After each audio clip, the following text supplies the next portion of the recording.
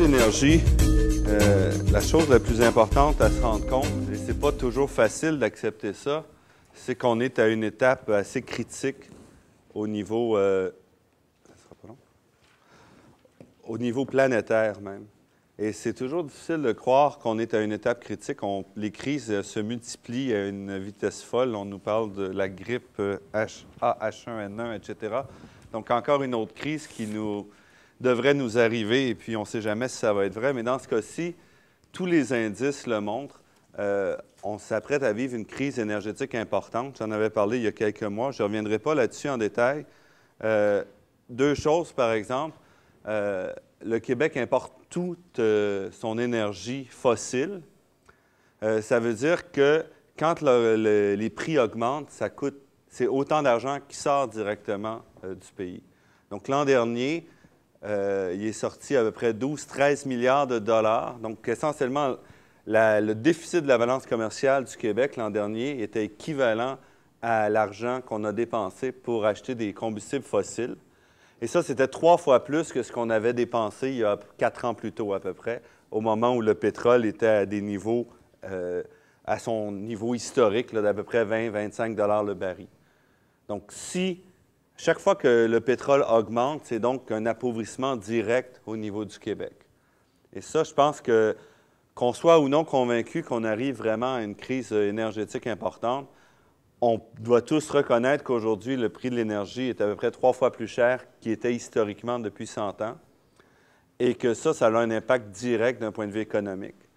On doit aussi, et ça, c'est toujours plus difficile, mais toutes les études indiquent qu'on arrive à une étape cruciale où, en fait, on n'arrivera pas à produire assez de pétrole pour satisfaire à la demande mondiale actuelle. Ça veut donc dire que les gens vont se battre pour le pétrole et que les prix vont augmenter. Première étape. Deuxième étape qui touche l'énergie, c'est la question de la lutte au changement climatique.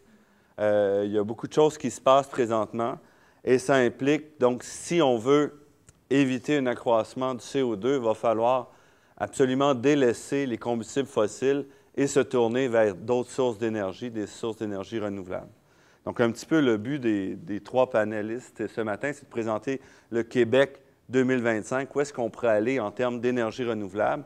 Donc, ma présentation va se limiter à présenter un petit peu la situation au Québec actuelle, vraiment là, en une acétate, et ensuite présenter ce qui se fait un peu ailleurs, présentement montrer qu'il y a des gens qui bougent ailleurs. Et puis, pour la question prospective, je vais laisser ça à mes collègues ici qui sont bien équipés pour le faire.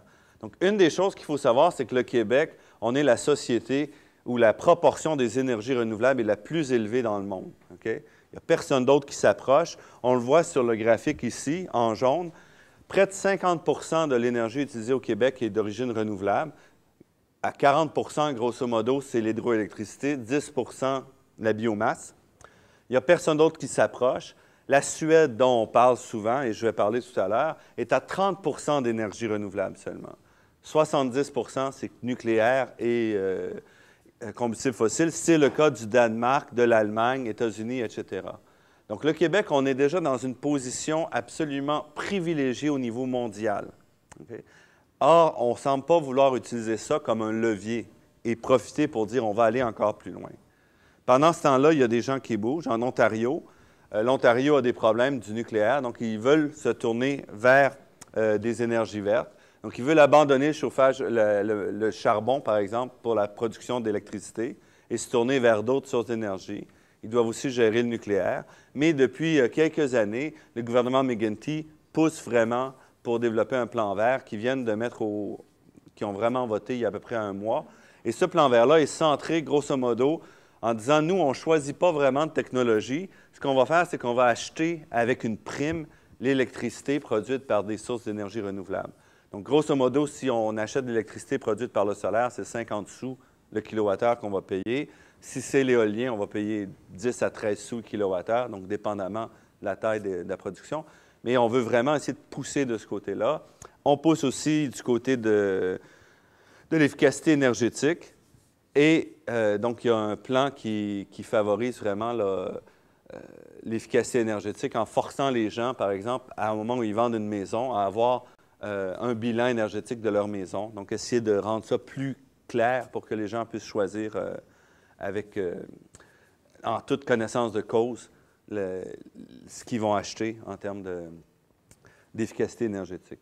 Je dirais que malgré tout, l'Ontario fait figure de vouloir avancer. C'est pas clair qu'ils vont atteindre les cibles qu'ils veulent parce qu'ils ont des gros problèmes, entre autres parce que leur nucléaire vieillit et que le nucléaire coûte maintenant une fortune. Okay? Donc, ils pensaient payer 7 milliards pour 2 centrales nucléaires, 2 réacteurs. Les soumissions qui ont été reçues, c'est de 26, 27, 28 milliards de dollars. Donc, on s'aperçoit que le nucléaire est de moins en moins une option, et ce qui est un plus pour le Québec, si on veut. Du côté des États-Unis, ça fonctionne aussi, alors que nos 2 dernières campagnes électorales, provinciales, fédérales, on n'a pas dit un mot sur l'énergie. Le président Obama a maintenu le cap durant sa campagne électorale et aujourd'hui promet un plan ambitieux basé sur, en fait, une stratégie énergétique qui est de longue date. Les Américains se préoccupent de l'énergie depuis plus de 100 ans. Et on présente maintenant un programme multifacette centré, si on veut, sur la recherche et le développement. Encore une fois, je dois faire ça vite, là, c'est un peu plus compliqué que ça, mais sans efficacité énergétique, des programmes d'aide directe aux familles les moins riches pour l'efficacité énergétique, où on donne sans contrepartie jusqu'à 8 000 $ pour changer des fenêtres ou changer le système de chauffage, etc. Et aussi, on pousse beaucoup pour le développement et l'intégration d'énergies renouvelables dans le réseau électrique, qui est un défi important.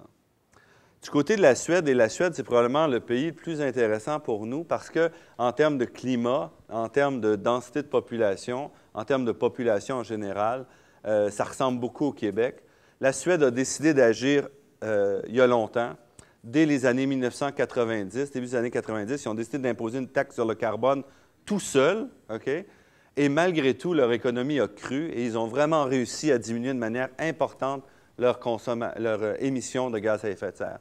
Aujourd'hui, la taxe sur le carbone en Suède équivaut à peu près à 40 sous le litre pour l'essence, OK? Et donc, on voit qu'ils ont bougé sans avoir peur et ils ont réussi à avancer de manière importante. Une des choses, c'est que ça leur permet de développer un savoir-faire qu'ils vont être capables d'exporter.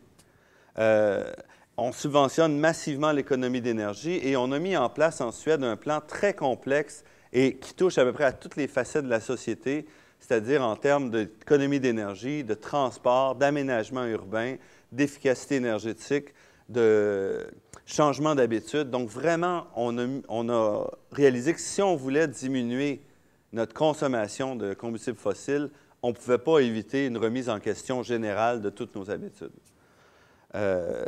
Et des choses, donc on investit aussi en recherche massivement là-bas. Et ce qui est intéressant, c'est qu'on vient d'annoncer qu'on développe un train nordique, un TGV, qui va être approprié pour des climats nordiques. Et on le développe avec qui? Avec Bombardier, donc en Suède. Alors, il y a une certaine ironie là-dedans, je dirais. Mais vraiment, on avance là-bas et on n'a pas peur de brasser la cage. Et pourquoi est-ce que c'est important? Parce qu'on ne se rend pas compte à quel point changer des technologies, changer des habitudes, c'est difficile.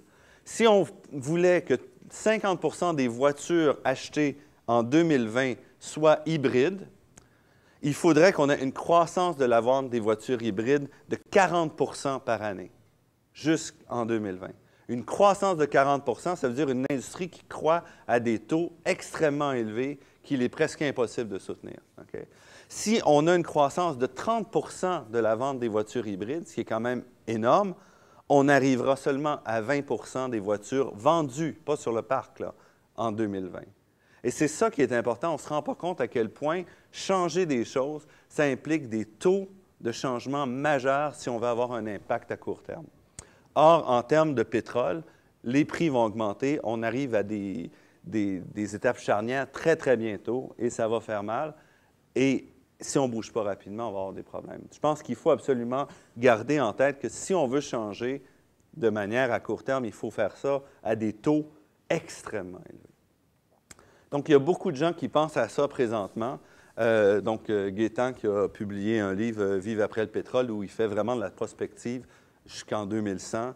La semaine dernière, il y a eu Équiterre qui a sorti un rapport pour un Québec libéré du pétrole en 2030. On n'a pas le droit d'utiliser le mot « indépendance énergétique ». Il y a des groupes Maître chez nous qui poussent aussi là-dessus. Donc, je dirais que ces idées-là, ce pas des idées qui appartiennent à une personne en particulier. On voit que ça vient de plusieurs groupes. Il y a plusieurs façons d'aborder le problème. Puis c'est un peu ce qu'on espère entendre ici là, avec Gaétan et Patrick. Merci.